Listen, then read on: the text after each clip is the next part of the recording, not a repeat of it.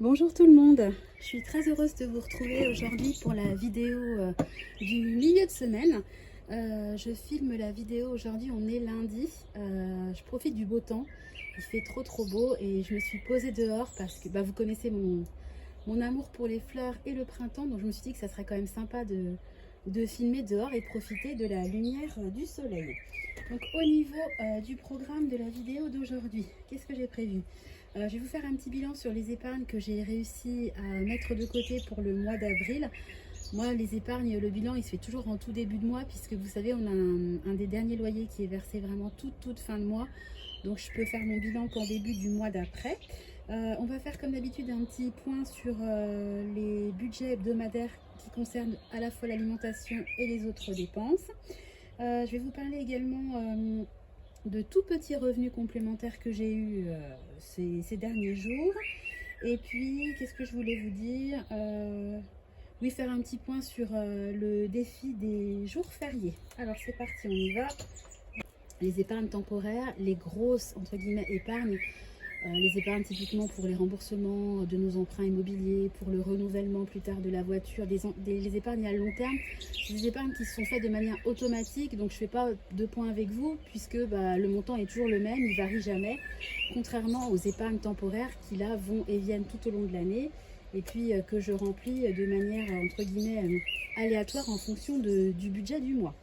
Donc pour les sorties en amoureux, attendez parce que là il faut que je reprenne, hop là, mon ordi, pardon, j'avais pris mes petites notes pour pouvoir remplir tout ça avec vous. Alors il y a un soleil de dingue, il faut juste que j'arrive à... Donc je suis de retour après avoir dû couper la vidéo, je suis désolée.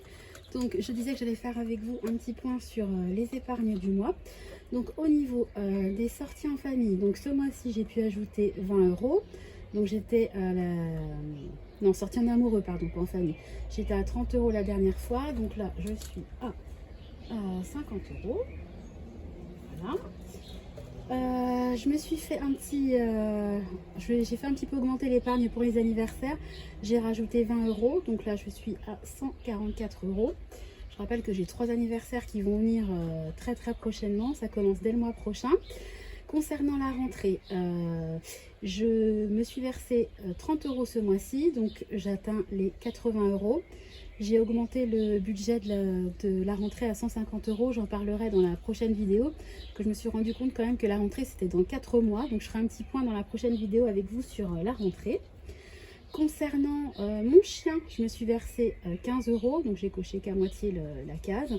Voilà, donc on progresse, là je suis à 45 euros sur un objectif de 200.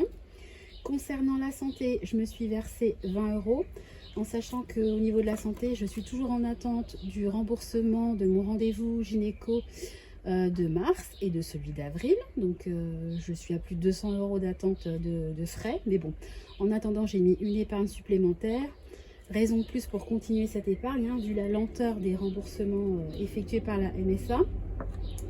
Sur mon épargne régule, vous savez, moi j'anticipe des régules concernant l'eau, l'électricité, les impôts, etc. Je me suis versé au mois d'avril 130 euros, donc là je suis à un montant de 966 euros. Je rappelle que l'objectif est à la base de 1000 euros, donc j'en suis vraiment très proche. Et je pense que tant que je pourrais l'augmenter, je l'augmenterai. Concernant l'épargne voiture, donc là c'est tout ce qui concerne des travaux éventuels pour la voiture, je me suis versé ce mois-ci 50 euros. La dernière fois j'étais à 120 euros, donc là je suis à 170 euros. Je me suis ouvert il n'y a pas longtemps une épargne pour tout ce qui est promotion et invitation.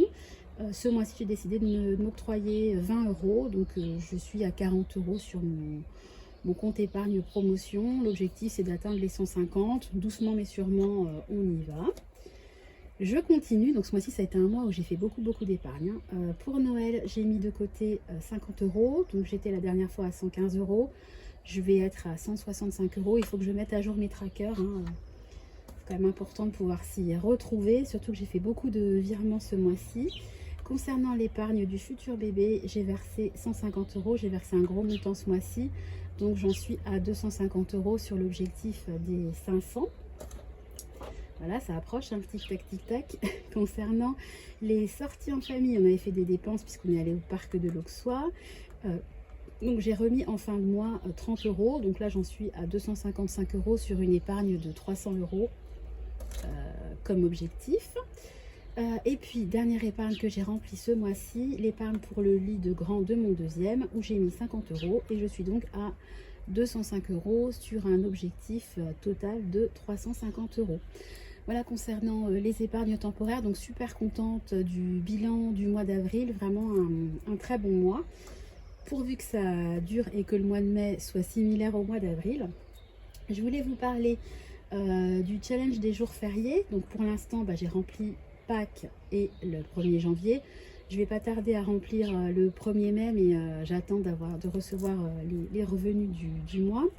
Je voulais juste vous dire une petite modification. Je versais 20 euros pour chaque jour férié. Dorénavant, je vais verser 25 euros parce que ce challenge-là, en fait, je vais m'en servir pour payer les repas, vous savez, d'anniversaire de fin d'année. Donc, il y a les repas pour mes 2 enfants, mon mari et moi. On est tous de fin ou de début d'année. Et les repas pour les enfants, on le fait x2 avec ma famille et ma belle famille. Donc, au total, ça fait 6 repas. Donc je vais me servir à la fois du challenge des jours fériés et du challenge des 52 semaines en douceur. Et je veux en fait que ces 2 challenges cumulés atteignent les 600 euros. Comme ça, ça me fera 100 euros par repas à rajouter à mes courses de la semaine quand j'aurai à effectuer ces repas d'anniversaire. Je ne sais pas si je suis claire, mais enfin bon, l'objectif c'est d'atteindre 600 euros pour les repas d'anniversaire, enfin pour pouvoir financer une bonne partie des repas d'anniversaire. Sinon, j'ai eu deux autres petits revenus complémentaires. Alors, j'ai eu, dans un premier temps, je vais mettre décalé, hop là. Donc, dans un premier temps, j'ai reçu 2 bons d'achat de chez Kinder. Vous savez, j'avais acheté pour Pâques des œufs en chocolat. Et bien sûr, ils étaient concernés par le rappel. Ça a été vraiment une galère sans nom, hein. J'ai dû renvoyer à plusieurs reprises ma demande. Il a fallu passer, au début fallait envoyer juste des photos, les références, etc. Ensuite, il a fallu passer par une plateforme. On était censé pouvoir mettre plusieurs demandes de remboursement, mais à chaque fois j'ai dû la faire à l'unité. J'ai pu me faire rembourser uniquement les plus petits achats, mais par contre les gros œufs, vous savez, les maxi œufs la Kinder qui m'ont coûté 8 euros l'unité, évidemment n'étaient pas compris dans le rappel. Honnêtement, j'ai pas envie de les consommer, hein. Quasiment tout a été rappelé, même maintenant depuis les calendriers de l'Avent. Donc c'est 16 euros de perte pure. Mais enfin, néanmoins, j'ai quand même réussi à récupérer 7 euros. Donc vous aviez le choix entre des bons pour leur marque, autant vous dire que moi c'est terminé, ou alors des bons d'achat qui sont valables en fait, comme ils disent, dans votre zone de chalandise, donc sont dans les magasins proches de votre lieu d'habitation. Donc écoutez, ça me servira. En tout cas, cette marque-là, tout ce qui est Ferrero, Kinder, Raffaello, Ferrero, Nutella, qu'est-ce qu'ils ont d'autre, Tic Tac. Enfin, je me suis renseignée sur la liste des marques dont qu'ils possèdent.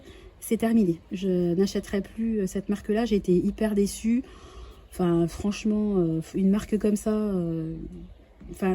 que ça se termine comme ça, j'ai trouvé ça vraiment dommage. Et puis, dernier petit revenu. Vous saviez, on est allé au parc de l'Auxois et mon grand avait eu un gros souci de santé. Ça s'était terminé à l'hôpital. Il nous avait offert des places et ça y est, je les ai vendues. Je les ai vendues sur Le Bon Coin. Donc, j'ai reçu le chèque de 23 euros. Donc avec ce chèque-là, je me suis fait un petit plaisir puisque j'avais plus d'anti-cerne. Enfin, vraiment au niveau du maquillage, j'étais vraiment en rade. Et je me suis commandé des produits pour moi. Voilà, je me suis fait un petit plaisir chez Kiko.